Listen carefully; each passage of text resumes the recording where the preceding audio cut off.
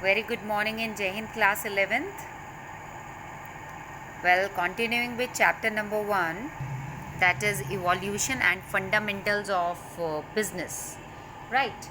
So in yesterday's Zoom meeting we discussed the business, profession and employment. बेटा ये तीनों terms बहुत important है, ठीक है.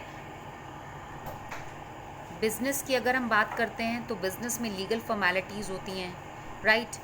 प्रोफेशन की बात करते हैं तो membership of professional body and certificate of practice is required. Employment में the people serving for others, right. In return they are getting wages और salaries. So this is what we discussed: business, profession and employment, and this is the most important part of this chapter.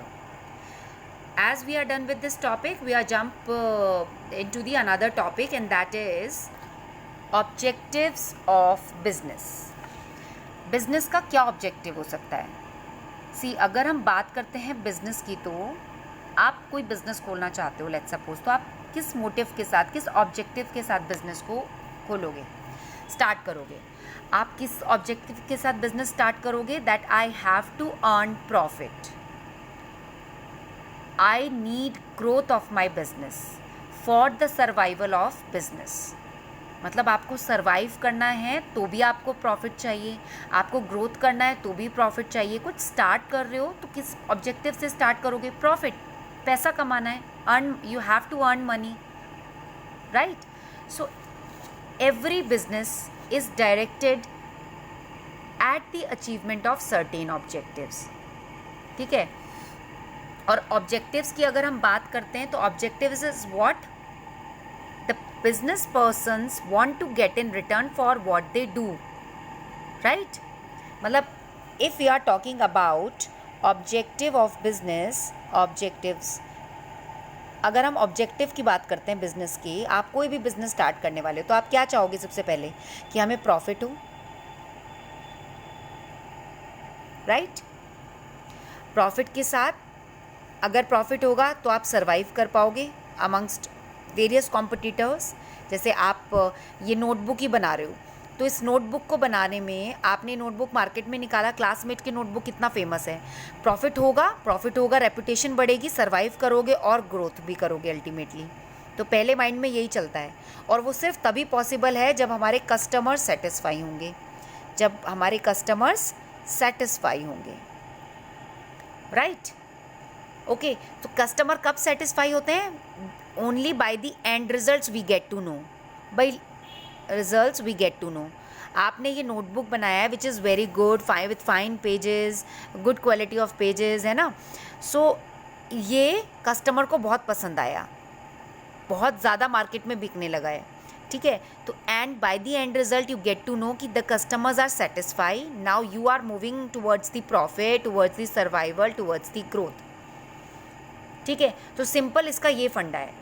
They provide the direction toward with which what objective provide the direction, किस तरफ ले जाता है, which all the business activities are directed, कि भाई हमें किसी भी तरह ऐसे डायरेक्शन लो, किसी भी तरह हम प्रॉफिट अर्न कर सकें, हम अच्छे से सर्वाइव कर सकें, हमारी अच्छी ग्रोथ हो सके. अगर आपका ऑब्जेक्टिव है कि हमें कस्टमर को सेटिस्फाई करना है, हमें हर नीड पूरी करनी है कस्टमर की, अगर we are into the manufacturing of this notebook, तो अच्छे क्वालिटी के पेजेस देने हैं, राइट. और फ्रंट कवर, आउटर कवर का ध्यान रखना है. और वो उससे अगर कस्टमर सेटिस्फाई हो जाता है तो आपका ऑब्जेक्टिव अगर पूरा हो जाता है तो आप अल्टीमेटली सब कुछ गेन कर सकते हो. तो प्रॉफिट मोटिव आपका प्राइमरी फंक्शन होना चाहिए. किसी भी बिजनेस का सोल ऑब्जेक्टिव होता है profit. Profit is the sole objective of, अकेला ऑब्जेक्टिव होता है, ऑब्जेक्टिव ऑफ एनी बिजनेस. अगर प्रॉफिट हो गया तो बाकी सब चीज़ें पीछे पीछे आती हैं. सोचो, आप कोई भी काम करने बैठे हो, आपको प्रॉफिट ही नहीं हो रहा है, तो आप क्या करोगे? What will you do? You can not survive. आप ग्रोथ तो बहुत दूर की बात है, आप सर्वाइव भी नहीं कर सकते बहुत सारे कॉम्पिटिटर्स के बीच में. तो ऑब्जेक्टिव जो होता है बिज़नेस का, वो इस तरह से देखा जाता है, हर तरह की कंडीशंस को देख कर रखा जाता है. जो ऑब्जेक्टिव होता है बिज़नेस का, वो हर तरह की कंडीशंस को देख कर रखा जाता है. सोशल कंडीशंस, इकोनॉमिक कंडीशन, आप ये 12th में पूरा अच्छे से पढ़ोगे, आप अभी मैं शॉर्ट फॉर्म में बता दूंगी। Social, economic, political and legal conditions. किसकी बात कर रहे हैं बेटा हम? ऑब्जेक्टिव की। जब आप कुछ काम करने के लिए सोचते हो तो आपका एक ऑब्जेक्टिव होता है, आपका एक टारगेट होता है। आपका वो टारगेट होता है कि आपको पैसा कमाना है, you have to earn money. आपको अपनी रेपुटेशन मार्केट में लानी है, आपको ग्रोथ करनी है और भी अच्छा। अभी आप एक चीज़ प्रोडक्ट मैन्युफैक्चर कर रहे हो, आपको 2 चीज़ें मैन्युफैक्चर करनी है, फिर आपको अपना बिजनेस बढ़ाना है। वो तभी पॉसिबल है जब कस्टमर सेटिस्फाई होंगे। तो जो ऑब्जेक्टिव होता है ना, केवल प्रॉफिट होता है। अगर आपको प्रॉफिट मिलने लगा है, आपका प्रॉफिट मिलने से आपको पता लग जाएगा आपके कस्टमर सेटिस्फाई हो रहे हैं। प्रॉफिट मिलते ही आप सर्वाइव कर गए, आप ग्रोथ करोगे। And result is customer satisfaction. अब जब हम किसी भी प्रोडक्ट का या मैन्युफैक्चरिंग का या बिज़नेस का ऑब्जेक्टिव सोचते हैं ना कि भाई हमें फ़ायदा कैसे होगा, उस टाइम हम हर चीज़ों को देखते हैं। सब चीज़ क्या होती हैं वो? Social condition, economic condition, political condition और लीगल कंडीशन। अब इन्हें समझो। सोशल कंडीशन, अभी देखो आप आज बिज़नेस करने बैठ जाओ, क्या आपका बिज़नेस चल पाएगा? आज की डेट की अगर हम बात करते हैं, no, because what socially is prevailing, क्या चल रहा है सोसाइटी में, क्या चल रहा है? कोविड-19। Is it the right time to start any business? No, this is definitely not the right time to start any business. Society, social conditions क्या कहती हैं कि when there is pandemic COVID-19, you are not supposed to start any of the business, क्योंकि जिनके business हैं वही बंद पड़े हैं, वही काम नहीं कर रहे हैं। Economic conditions, इकोनॉमिक कंडीशन में क्या आता है? आपने देखा होगा ओवरनाइट मोदी जी ने 500 और 1000 रुपये के नोट बंद कर दिए थे, जिन्हें कहा जाता था डिमोनेटाइजेशन। तो ओवरनाइट इकोनॉमिक कंडीशन चेंज हो गई। गवर्नमेंट पे डिपेंड करता है, आपने कुछ ऐसा बिजनेस स्टार्ट किया है और उसी टाइम कुछ ऐसी चीज़ें आ जाए जैसे डिमोनेटाइजेशन आया था, आपका जो पैसा है सारा का सारा बैंक में रखा का रखा रह जाए, नहीं कर पाओ आप स्टार्ट। तो ये भी चीज़ देखनी हमारे लिए बहुत इंपॉर्टेंट है। पॉलिटिकल, सरकार चेंज हो गई, गवर्नमेंट चेंज हो गई, आपकी किसी गवर्नमेंट से बहुत अच्छी तालमेल बैठती थी, पर गवर्नमेंट के चेंज होने की वजह से आपका बिजनेस ठप हो गया। लीगल, आप लीगली देखोगे कई बार क्या होता है, बैन लग जाते हैं किसी चीज़ों पर और वो लीगल हो जाता है, मतलब जज के थ्रू स्टैंपिंग हो जाती है कि भाई you are not suppose to do this kind of work. तो आपको ये सारी चीज़ें देखकर काम करना पड़ता है कि हम ऐसा कुछ स्टार्ट करने जा रहे हैं तो कहीं उसमें सोशल, इकोनॉमिक, पॉलिटिकल या लीगल कंडीशंस इफेक्ट तो नहीं करेंगी। इन चीज़ों को देखते हुए आप अपना बिजनेस स्टार्ट करोगे, because your motive, your sole objective is to earn profit. Now look at the book, this is what we have discussed about objective. ठीक है, अगर हम बिजनेस ऑब्जेक्टिव की बात करते हैं तो बेटा there are 2 kind of objectives of any business. One is economic objective, another one is social objective. Once again, economic objective सब पैसों से डील करता है, पैसों से रिलेटेड होता है। social objective society, about society. आप बिजनेस कर रहे हो, कुछ सोसाइटी में रहकर कर रहे हो, तो आपकी रिस्पॉन्सिबिलिटी बनती है। आप रॉ मटेरियल भी तो सोसाइटी का ले रहे हो ना, समाज से ही तो ले रहे हो, आपकी कुछ रिस्पॉन्सिबिलिटी सोसाइटी के लिए भी बनती हैं। This is what will discuss here today. Okay, so business objectives में अगर हम इकोनॉमिक ऑब्जेक्टिव्स की बात करते हैं तो there are few points. Economic objective क्या होंगे? प्रॉफिट को अर्न करना, मैंने अभी बार बार इस पॉइंट पर फोकस किया है। कस्टमर को सेटिस्फाई करना, इनोवेशन करनी, न्यू प्रोडक्ट लॉन्च करना, कुछ क्रिएटिव करना, जो रिसोर्सेज हैं आपके पास उसको अच्छे से यूज़ करना, वेस्ट नहीं करना, ताकि आपको अच्छा प्रॉफिट हो सके। Right, so let's discuss it one by one. Economic objective of business are, the very first one is earning of profit. आप कोई भी business बेटा खोल कर बैठते हो, so for that you need profit. Your motive should be to earn profit. Profit are needed to provide adequate reward to the entrepreneur, और entrepreneur मतलब businessman के लिए रिवॉर्ड होता है प्रॉफिट। इसका मतलब उसके कस्टमर सेटिस्फाई हो रहे हैं, प्रॉफिट हुआ तो उसके पास फंड भी आ गया, उसके पास कैपिटल आ गई।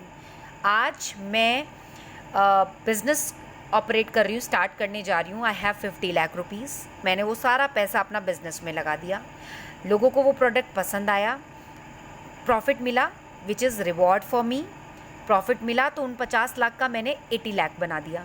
अब वो 80 लाख मतलब जो 30 लाख फालतू आया है, 50 लाख तो मेरे कवर हो गए ऑपरेटिंग कॉस्ट, जो 30 लाख रुपए और आया है वो मैं अपनी कैपिटल और अच्छा काम स्टार्ट कर सकती हूँ या उसी काम को और इम्प्रूव कर सकती हूँ। मतलब अब मुझे अपना ही पैसा लगाने की ज़रूरत नहीं है, बाहर से मुझे मेरे ही ब्रांड से, मेरे ही प्रोडक्ट से पैसा मिल रहा है और मैं उसी को अपने बिजनेस में यूज़ कर रही हूँ। Second, satisfaction of customer.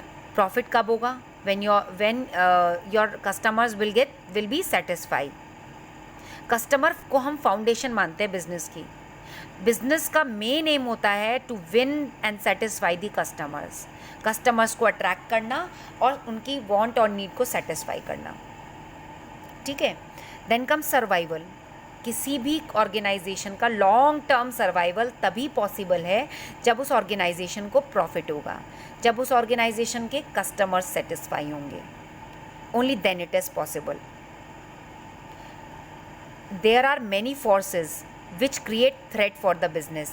अब इस चीज़ को समझो, वो फोर्सेस कौन से हैं? The forces are social, economic, political, legal, ये फोर्सेस होते हैं, ये एक्सटर्नल फोर्सेस होते हैं जो बाहर से अटैक करते हैं किसी भी ऑर्गेनाइजेशन को। But if we are talking about internal forces, they are the competitors, introduction of cheaper substitutes. See, आपने बहुत अच्छा ब्रांड मार्केट में निकाला है, आपके कस्टमर्स भी सेटिस्फाई हो गए हैं, लेकिन कॉम्पिटिटर्स आ गए हैं आपके मार्केट में सेम ब्रांड लेकर, सेम प्रोडक्ट लेकर, सॉरी, वो भी किस पे? चीपर क्वालिटी दे रहे हैं, वो चीपर सब्सटीट्यूट प्रोवाइड कर रहे हैं। या गवर्नमेंट के रिस्ट्रिक्शंस आ गए अल्टीमेटली कि भाई आपको इस जगह पर अपनी फैक्ट्री सेटअप आप नहीं कर सकते हो, या आपको फिनेंस की नॉन अवेलेबिलिटी हो गई है।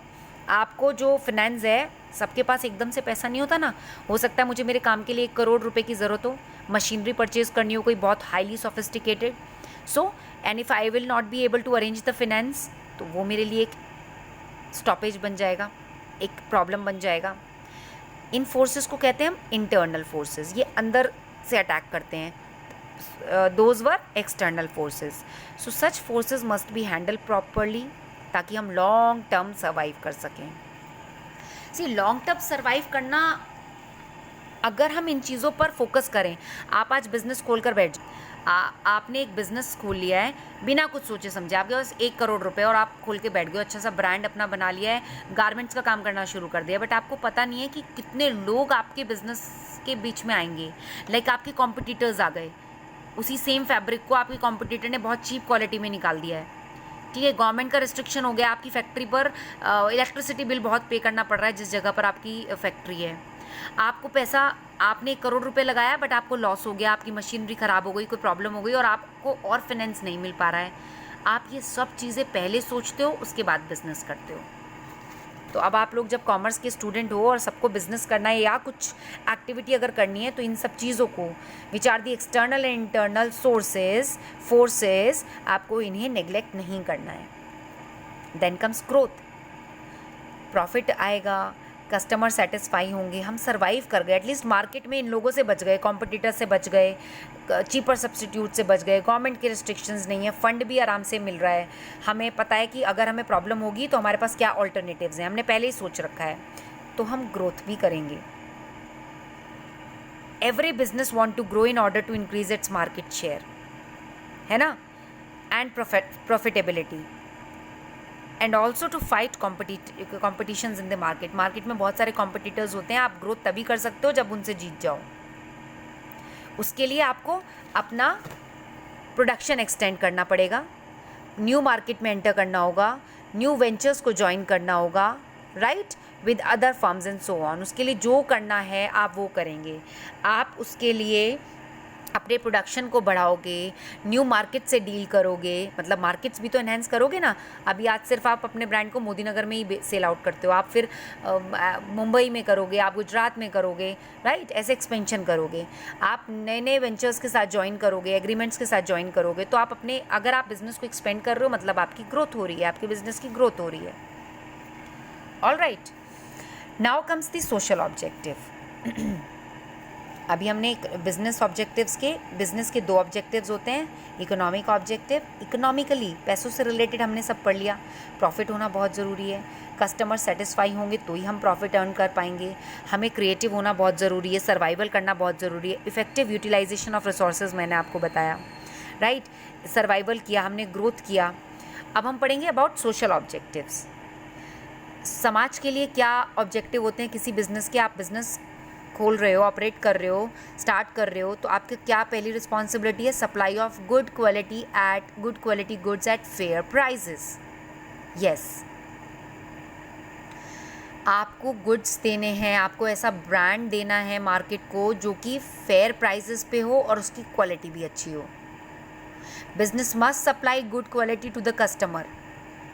प्रोडक्ट ड्यूरेबल होना चाहिए, जेन्युइन होना चाहिए, मतलब डुप्लीकेसी नहीं होने चाहिए। ऐसा नहीं है घी दे रहे हैं शुद्ध देसी घी दिखकर और घी में मिलावट है, ठीक है। सेफ़ होना चाहिए, और जो प्राइस आप चार्ज करोगे कस्टमर से, जो सोसाइटी से आप चार्ज करोगे, वो भी रीज़नेबल होने चाहिए। प्रोडक्ट पर मार्क होना चाहिए। फॉर एग्जाम्पल फूड प्रोडक्ट की, अब आप फूड प्रोडक्ट पे देखते हो ना, FPO सर्टिफाइड होता है, मतलब वो सेफ़ है। इलेक्ट्रिकल गुड्स पे ISI का मार्क होता है, दैट मीन्स वो सेफ़ है। अगर ISI का मार्क नहीं है तो वो अनसेफ़ है। अगर FPO का मार्क किसी फूड पर नहीं है, that means that food is not safe for you, ठीक है। आपकी रिस्पॉन्सिबिलिटी ये बनती है कि आप सोसाइटी को अच्छा गुड क्वालिटी प्रोवाइड करो। जब आप उनका रॉ मटेरियल ले रहे हो, रॉ मटेरियल आप सोसाइटी से तो ले रहे हो कुछ भी बनाने के लिए, तो आपका ये रिस्पॉन्सिबिलिटी बनती है कि आप उन्हें गुड क्वालिटी प्रोडक्ट सप्लाई करो और एट रीजनेबल प्राइस पर। Second, generation of employment opportunities. बेटा अगर आप कोई बिजनेस खोल रहे हो, ठीक है, आपका पहला ऑब्जेक्टिव है आपको पैसा कमाना है, earn money and to earn profit, ये आपका ऑब्जेक्टिव है। समाज से आप रॉ मटेरियल ले रहे हो, उसके बदले में आप उनको अच्छा गुड क्वालिटी प्रोवाइड कर रहे हो, अच्छे रीज़नेबल प्राइस पर, धोखाधड़ी नहीं कर रहे हो आप किसी तरह की, ठीक है। साथ ही में आप जब बिज़नेस खोल रहे हो तो बिज़नेस बहुत सारी अपॉर्चुनिटीज़ लेकर आता है, एम्प्लॉयमेंट अपॉर्चुनिटी, ठीक है। लाइक आप पेन की मैन्युफैक्चरिंग कर रहे हो, तो आप अकेले थोड़ा ना पेन को मैन्युफैक्चर करोगे, आपको उसके लिए लोग चाहिए, आपको डिपार्टमेंट चाहिए। हर कंपनी में आपका फिनेंस कौन देखेगा, आपकी मार्केटिंग कौन करेगा, आपका सेल्स कौन करेगा, आपके लोगों को रिक्रूट कौन करेगा, एम्प्लॉयमेंट कौन करेगा आपके यहाँ, ठीक है। उसके लिए आपको लोग चाहिए। आपके प्रोडक्शन में जो लेबर है, लेबर अपॉइंट करोगे आप।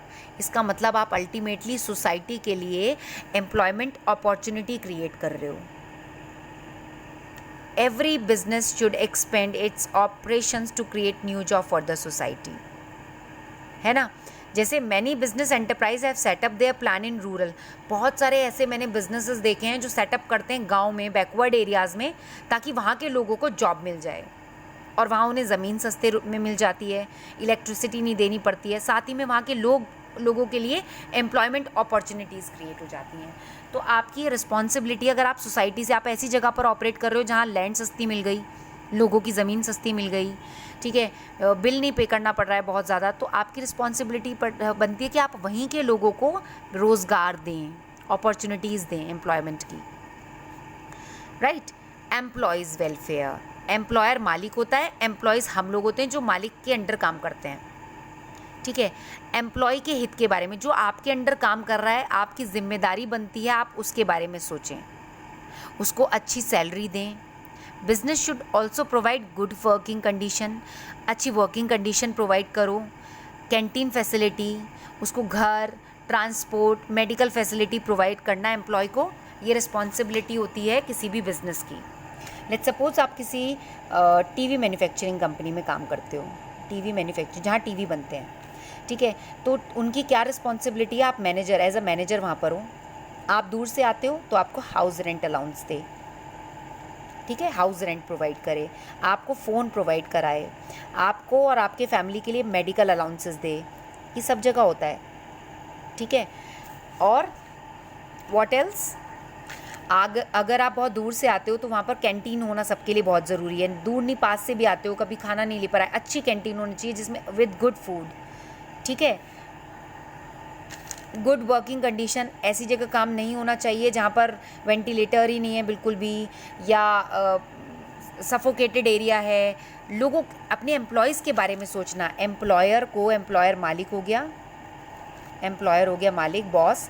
एम्प्लॉयर को अपने एम्प्लॉय के बारे में सोचना, उसके वेलफेयर के बारे में सोचना चाहिए, उन्हें नेगलेक्ट नहीं। यही लोग होते हैं जो काम करते हैं, जो प्रॉफिट कमा के देते हैं, जिनकी वजह से हम ग्रोथ कर पाते हैं, सरवाइव कर पाते हैं। इनके बारे में सोचना भी एम्प्लॉयर की रिस्पॉन्सिबिलिटी होती है। सोसाइटी के तो लोग हैं, हम लोग ही तो हैं एम्प्लॉयज़। मेडिकल फैसिलिटीज़ प्रोवाइड कराना, कैंटीन अच्छी, good working environment, house rent देना, फ़ोन प्रोवाइड करा देना according to the ability. Okay, now comes community service and social welfare. Community service and social welfare में क्या है?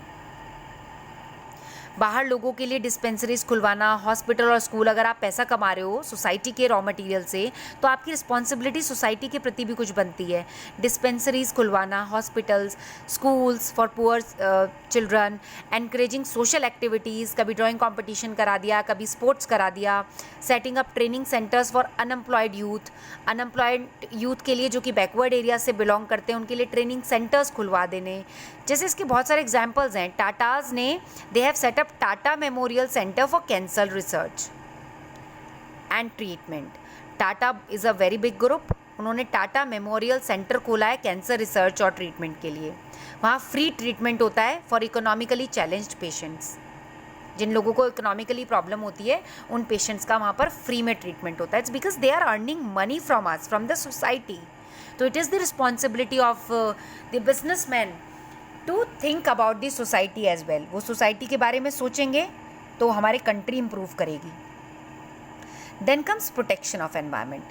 ऐसा जगह फैक्ट्री सेटअप नहीं करनी है, ऐसी फैक्ट्री सेटअप नहीं करनी है जिनकी चिमनीज़ लगा दी और पोल्यूशन निकल रहा है बहुत ज़्यादा, आसपास के लोग, एरिया अफेक्ट हो रहा है।